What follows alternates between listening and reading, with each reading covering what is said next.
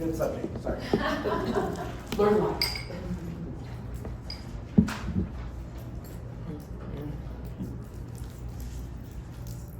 Who can tell me by raising their hand if they know what that means?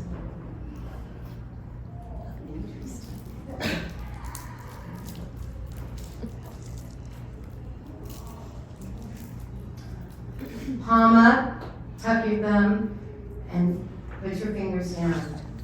This is the international sign of I need help.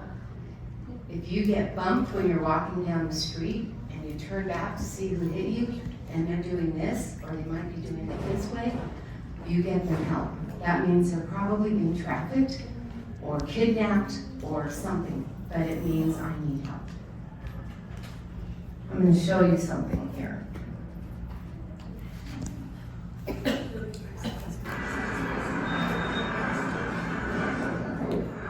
Oh my God, you guys. What? That's the sign for help. What? She's gonna try to reach her with the black jacket. Oh, Come on, it's the guy with the white hoodie, yeah. Go help. Go help. Go, hurry. Can you hear it? Don't be obvious.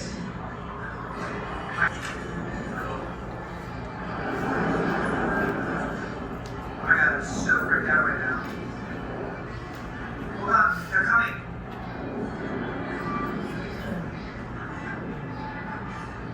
Yeah, hold on, shh, don't.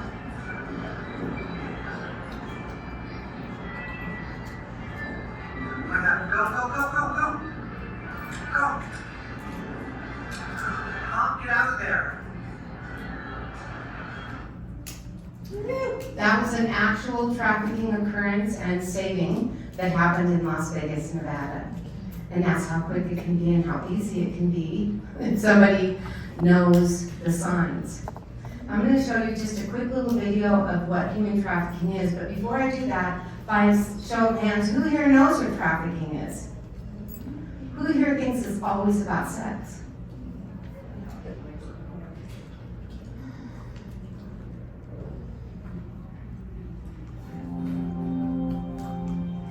What is human trafficking?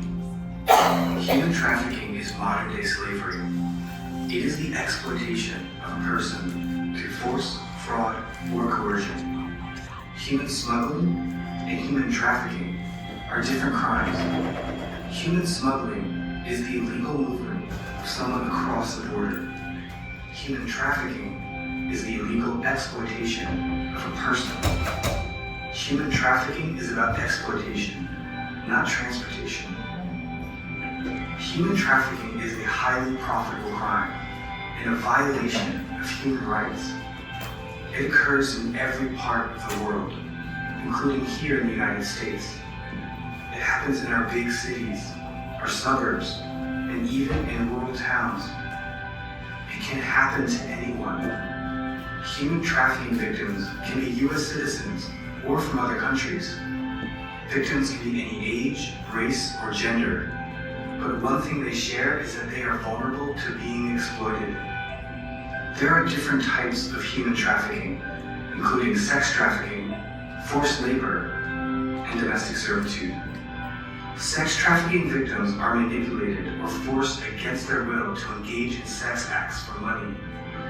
Sex traffickers might use violence, threats, manipulation, or the promise of love and affection to lure victims.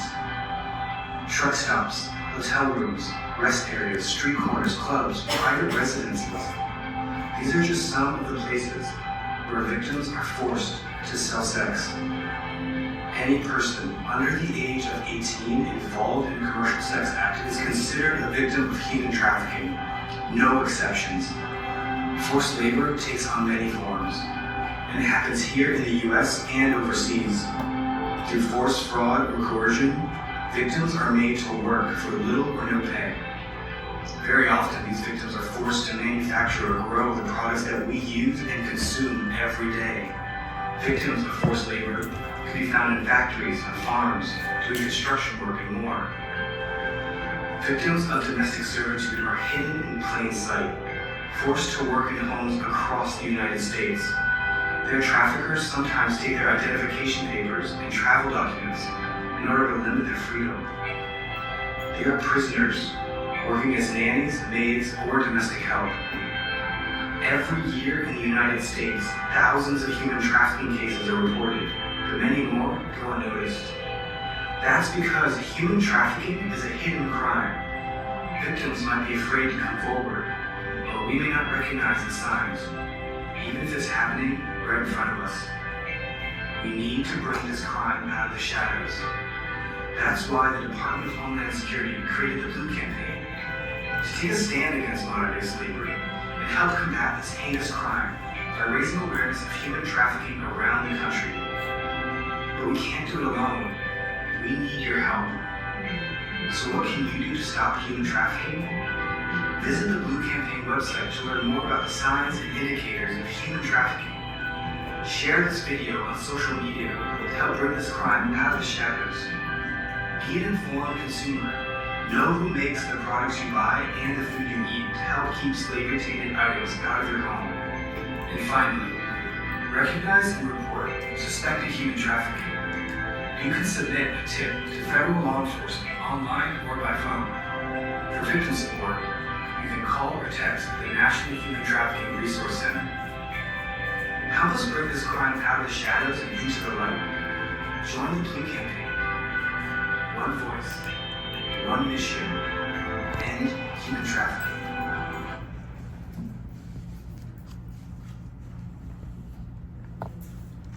So you saw the video and they mentioned other ways of trafficking, and there is sex trafficking that is used for commercial sex.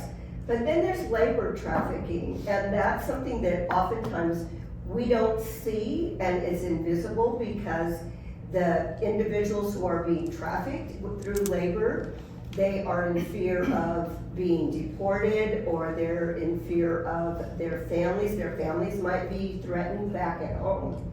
So the whole idea of trafficking is that there's exploitation of the individual. So who is trafficked? Excuse me.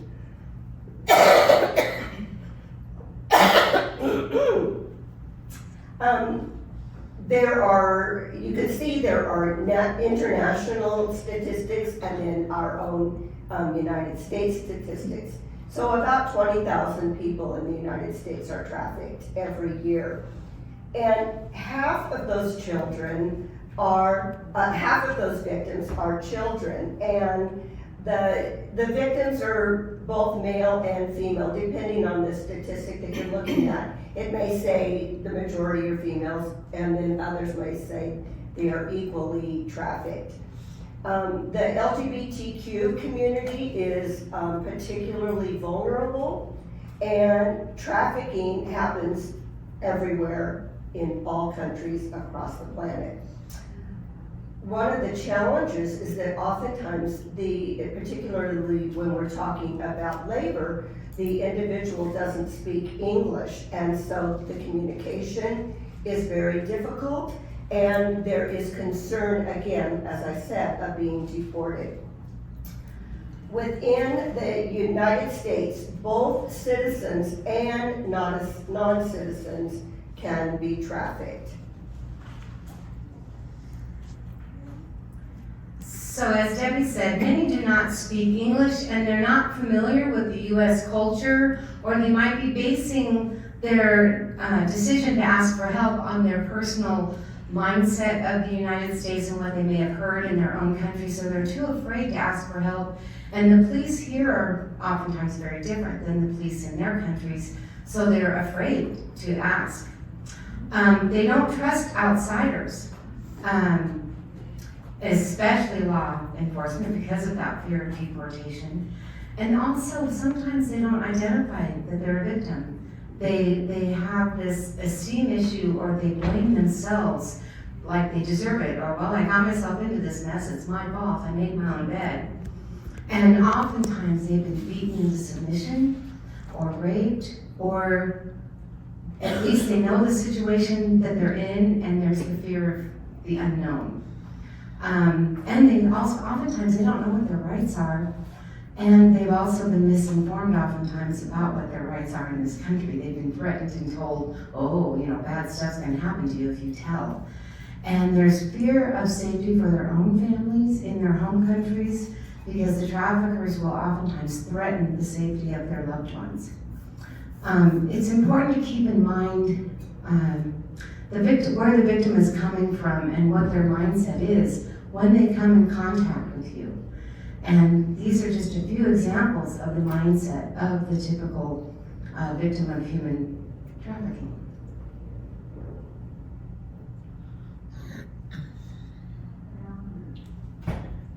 So how are they trafficked? Again, there are three basic ideas that the traffickers use. First of all, they're forcing. They can force through rape and physical violence and keeping individuals confined. Oftentimes we have this image of the person who's being trafficked as being in a cage and barely fed, and that's not always true. In fact, it's probably less likely to occur in that manner. Also fraud, using false or deceptive means, telling people that they're going to have a great job, and they, particularly when we're talking about international trafficking, and when they get there, the job that was promised them is not anything what they were promised. And then coercion, they're threatening the individual, and any plan that makes the individual, the victim, feel like if they don't do this, bad things are going to happen. And we also see this particularly in young teens who are runaways, and then they form relationships with their trafficker, and then their trafficker uses that relationship to traffic them. Okay. So a few statistics. Believe it or not, California is #1 in the nation for trafficking. Texas, Florida, New York, and Ohio follow. Now I want to back this up by saying it's almost impossible to get up-to-date, accurate statistics. You can go to 5 different websites and hear 5 different statistics. Las Vegas ranks this, and I showed you an example of this. Las Vegas ranks 6th in the nation for top cities with human trafficking, but now it says Nevada is now 2nd to Mississippi for the highest trafficking per capita. So the statistics are really hard, and here's why. Oftentimes, somebody might get arrested for trafficking and the charges get reduced to domestic violence or abuse. It is really hard to convict somebody for trafficking. They just don't like to do it. Oftentimes the DAs feel like they won't be able to get a conviction or someone put in jail, but they can do it under the domestic violence charges. So it's frustrating, but I will say, in Nevada, they've been good in Las Vegas for convicting human traffickers, and they hit them hard. But it's not the case in every state.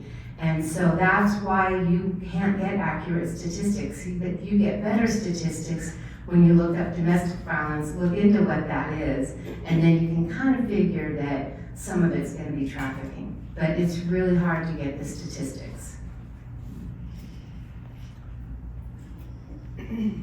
So there was a law created in 2000 that addresses the 3 key areas in trafficking: to prevent it, and then to protect those against trafficking, and then to prosecute. And a lot of the prevention is just public awareness, like what is it? And the protection involves some of the new laws regarding individuals who are brought here, such as the T visas.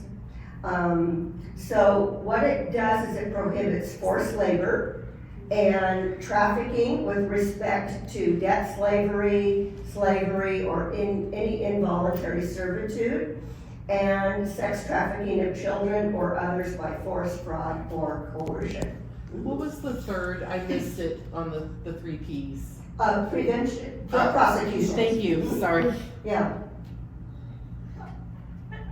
Does anybody have any questions about what we've discussed so far? That is the human trafficking educational piece of this presentation. And now what we're going to talk about is what can we as clubs do to address human trafficking in our areas.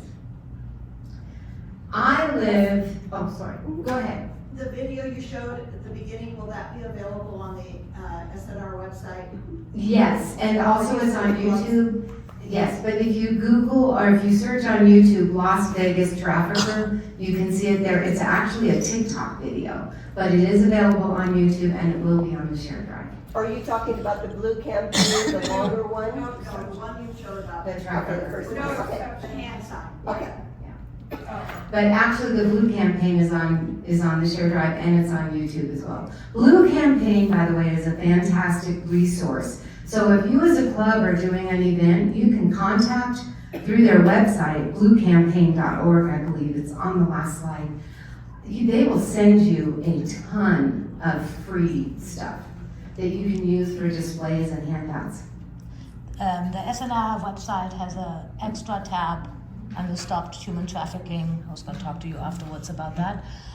The previous trafficking coordinator, Linda, and Cheryl Longsworth always send me stuff to put on there to update. So yes, we can update all of that onto that, so you don't have to search around and just go to one source. Because I know nobody likes searching. So I live in a rural town. I live in Pahrump, Nevada. Has anybody heard of Pahrump before? Yes. So we're right outside of Las Vegas. So through all of my research and when we do community outreach for trafficking, what we've discovered is there is no human trafficking in Pahrump. There's domestic violence and other things, but really we're kind of what's known as a pass-through town. So people pass through Pahrump, maybe they even pick up their victims in Pahrump, but then they go to Vegas usually.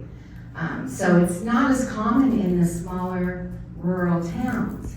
But there are some things that we as small towns can do. So who here comes from a smaller town club? And whose club in the smaller towns, are you doing human trafficking events? So can you share with me what you do? I can, and we just got done thanks to Babette helping us on Canva and Stacy doing the printing for us.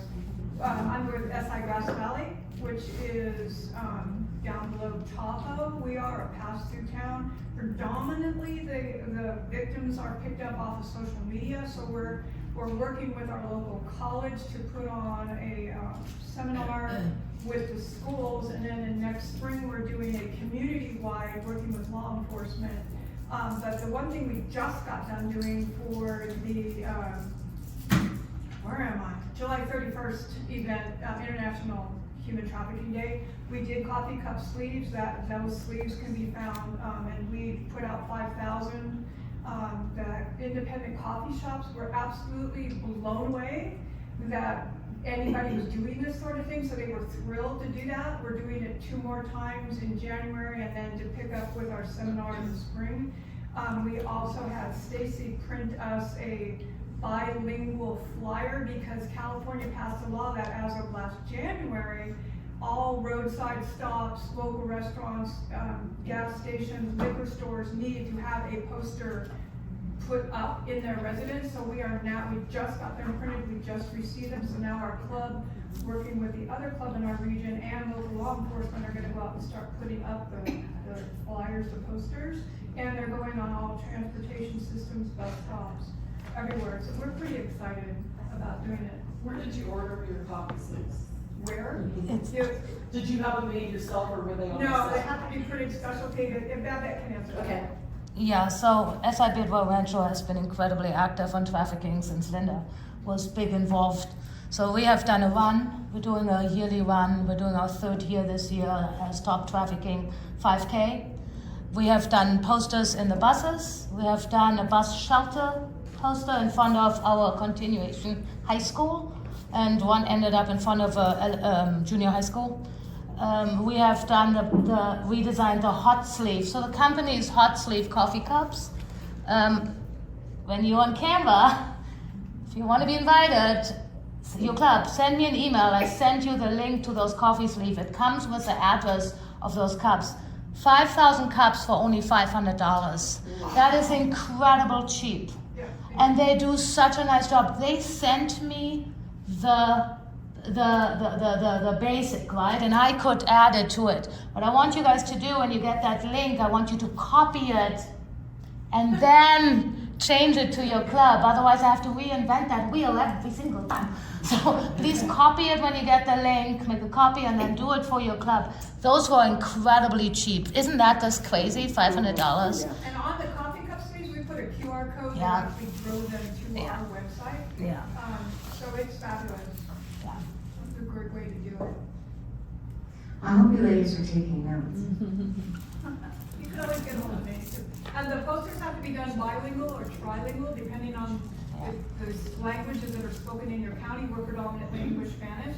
So I have a translator work with me, and we were able to get that done. So we have them in 11 by 18s for the larger postings, and then for the bus stops, we have them 8.5 by 11 horizontal.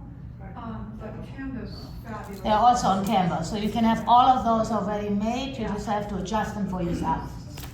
And then the QR code can be put on the posters, and that drives it to the 800, the site, the human trafficking site. Okay. The QR code does. Yeah. Yeah. Go ahead.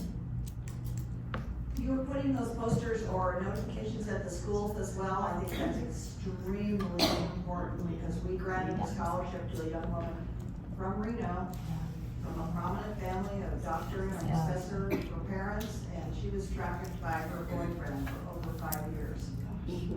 Well, the QR code on the posters, I recommend. I know I preach on Canva's QR code, but I actually use the QR code reader I use for my business, where you can track how many people scan that QR code, and that's the one I put on that stand-up poster in the bus shelter. It was scanned, I think, over 1,000 times in the first 3 months.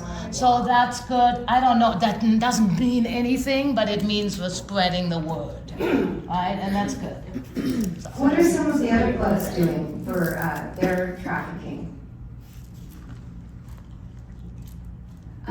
We did backpacks for law enforcement. So we had both, we have 2 counties and 2 city law enforcement, and we did, we worked with them, and then to bring part of the awareness was we went to the council meetings and the county meetings and presented them to the officers there. And what club are you with? I'm with the Marysville Union City Club. Also the video. Yes, and then we did create, Yeah. We did a video today. we did a video, I could share with Babette, maybe you could, but we did our own local video where it had like hotels and different places, and it talked about labor trafficking and then just human trafficking. And that's about I think it's like a 42-minute video. We hired a guy that does it professionally. He actually donated his time back for us. And what's in the backpacks? Huh? What's in the backpacks? So the backpacks, we worked with one of the nurses, and it's got not utensils, but Bras, panties. bras, panties, about 3 days worth of clothes, 2 to 3 days worth of clothes, just if they're getting off, if they get a hotel so that they can kind of escape. But that was really toothbrush. We actually included a chapstick in there that actually did not have a QR code. It had like a barcode, and it was actually that 800 number for human trafficking. So that was very discreet. And then we had a hotel that donated all of the toilet stuff, but we pulled off of their logo because we didn't want that if they go back to the trafficker, that they would think that they were at that hotel or something like that. And so we learned that in the discovery of making those backpacks to not have any logos from any like local hotels or casinos or anything like that donate stuff. There were notebooks and like little pens and stuff. And then we found another club, an older And socks. socks. Yeah, there was socks. A lot of Yeah. times they didn't have any. And then we put a quote in there. You put away? A quote. We also had that Yuba College, remember the big where, the trafficker came, what's her name? Jenna McKay. Jenna McKay. She came to Yuba College and we We had a speaker. She did a Speaker, whole speaker series, and it was again just for awareness because a lot of people don't. I mean, I think that's really our biggest thing is for one, it's an uncomfortable conversation when you talk to somebody, because you just, it kind of enrages you, and you just don't know where to put all that emotion. But the other thing is I think the more we make this a casual conversation, the more we can actually push the message out and be able to identify and do, some bigger work, which is, I know what we're all like dying to do is to find that project. Right. Well, we invited Jenna McKay for it, we would be it. Jenna McKay will actually travel. Yeah. I think I spoke to Jenna last year. And she came to one of the district meetings, and she spoke at the district meeting, and she came to the high school doing a beard, and she adjusted that, right? She didn't give us at district meeting where all of us was volunteers. She gave the cleaned up version for the high schoolers, but it had an incredible impact on those girls, because there was actually 2 girls from the continuation high school who told their teacher that is my mother. And that is shocking, when you look at the girls, you don't know. We also did the backpacks. The chapsticks was a project that our club also had started and then shared with everybody. We discovered that it might be time to switch those chapsticks to maybe gum or something, because the worry is our hospital was giving those out to everybody and the word was spreading. Right. Oh yeah, that's on there, that's on there. And so we're worried that one day the trafficker gets that message. Yeah. And that would kill it all. So if we would find a different product to put that QR code on, like gums or mints or whatever that may be. So that's something for everybody to keep in mind. Chapstick is a good idea, but is it really a good idea for too long? Right. Hand sanitizer, something you can toss in the bag. Yes. Pahrump did a forum 2 years in a row. So the first year we had Judge Nancy out of Vegas was our MC, and then we had a judge on the panel, we had the sheriff on a panel, we had all these different, I wanted people to see what it was from the point of being arrested through the legal process and getting assistance for the victim or the survivor now. So that was that first year. And the second year we based it on what are our leadership doing to tackle trafficking. So we had Lieutenant Governor Stavros Anthony as a speaker. We had the sheriff. We had the local organization that provides immediate services to victims. We had other politicians on both end of the spectrum, the elephant and the, both of them. And I wanted the people to hear, what are they doing to tackle it? Because they're our leadership. So we had different politicians come in and talk about what they're doing to tackle it, what committees they sit on that are tackling it, what are they doing as leadership. And it was a very well received presentation because people kind of wanted to hear what's really going on, This next year what we're doing is a brown box lunch. It's free, and we're gonna have probably Miss McKay come and be our keynote speaker, and then we'll have another high-end individual as the assistant speaker, and the Bikers Against Abuse are gonna be serving the food. So we're gonna partner with the biker guys, and they're gonna serve the brown lunch. So we're just trying to change it up a little bit. Are any of you clubs doing any type of outreach activities that are kind of, generating some activity in your areas besides posters and backpacks and stuff? Or the run. And the run. Who's doing the run? We are doing the run. Okay. Can you tell us a little bit about that? Well, we'll do sponsorships for 5Ks. There's so many 5Ks in Chico. I always have my doubts. But it is growing every year more. And so we're reaching out, we're asking the community for sponsorship. It's really, quote unquote, easy to sell sponsorships for that, for some odd reason, because people want to get involved. And they are willing to. And then we end up with a little advertisement on the 5K speech, and we're going to do a lot of social media, website, the local paper. I tried to get it in the paper, the chambers. I mean, you do your whole thing, and we have people now that are spreading the word. It's just, there's no speaker yet or anything like that. We talked about that. Yeah, we're talking about some different ideas for outdoor things as well. And we do the radio. The local paper is really good about putting us in there.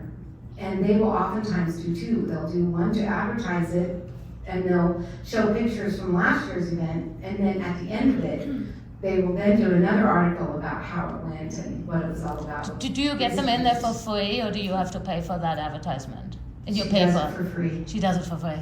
That's a big struggle to get them to do it for free. It is, when, you know, making the budget can be challenging, and I purposely padded my budget so that if I need to fly somebody in and put them up in lodging, and I'm blessed that there's a lodging facility in front, they're giving me a $70 a night discount.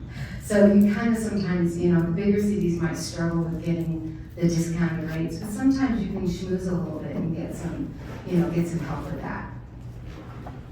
When we were first building this presentation, I called around to the local sheriff's departments, and where we are, we don't have a police department, we just have a sheriff's department. And we have, I don't know, I think our whole population is 10,000. Do you know what the square mileage is, Caligny? It's huge. We're a huge, huge county. We have 9 deputy sheriffs. 9. So I called and I said, can I talk to someone about trafficking? Well, what do you want to know? Oh, I want to know, you know, what your statistics are. Oh, well, okay, I'm gonna switch you to so-and-so. I'm gonna have to switch you to so-and-so. Nobody had any idea what trafficking was in Trinity County, that it was occurring. So I'm personal friends with the sheriff, so I called him and said, Tim, what are your trafficking numbers? And he said, I don't think we have any. And so then I called Shasta County and I called all the counties around where we live. None of them have a trafficking problem. Yeah. 3 weeks ago, I live out in the woods, and there are many cannabis grows around me, and most of them are not permitted and licensed, and they're not functioning within the law. And there was a frantic knock on my door, and I live way out there, way out there, and there was this frantic knock on my door, and it was this man that I recognized going up and down my road, and he said, you need to call the sheriff.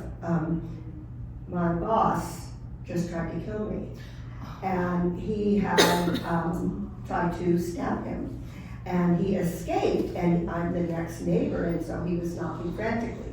So the sheriff came, and I don't know what happened, but I did call about a week after and said, do you have any recent trafficking? No, we don't.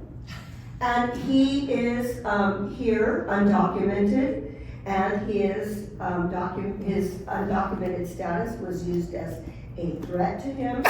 And here he was, someone tried to murder him, his boss, and that wasn't called trafficking. So a lot of times, I think that having conversations with your local law enforcement is really great. And then Mo shared with me too, and Len Parks, who knows a lot about trafficking, that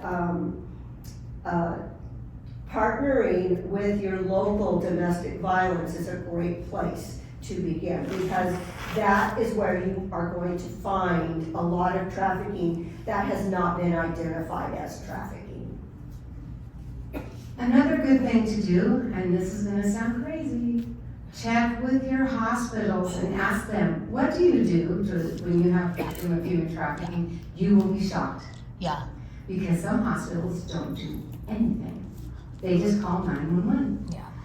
There is an actual training that is specifically designed for victims of human trafficking and how hospitals should deal with them, and how hospitals should be able to recognize trafficking. Now, I will say that the doctors and the nurses are getting better at kind of figuring out, this guy won't let me be alone with this patient, what's going on there? They're getting better, but they need more, and there is special training for hospitals, and it's amazing how many hospitals do not train for the symptoms of trafficking, which oftentimes can look similar to domestic stuff, to child abuse or abuse, but there's also differences, and they need to learn about those differences. Yes?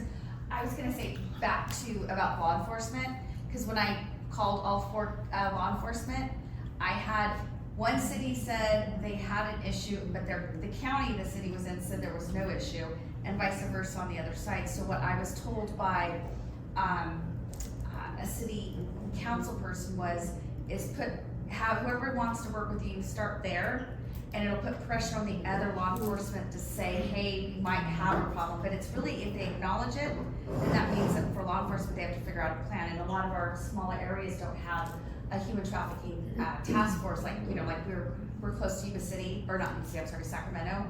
They've got one, and so a lot of the times they will circle in our area because there's nobody dedicated to looking at those activities. Partner with your DA. They're the ones that drop the charges. The prosecution part of Check it. with the DA, and if your friends or know judges, they oftentimes know that these DAs are dropping charges, and actually it irritates them.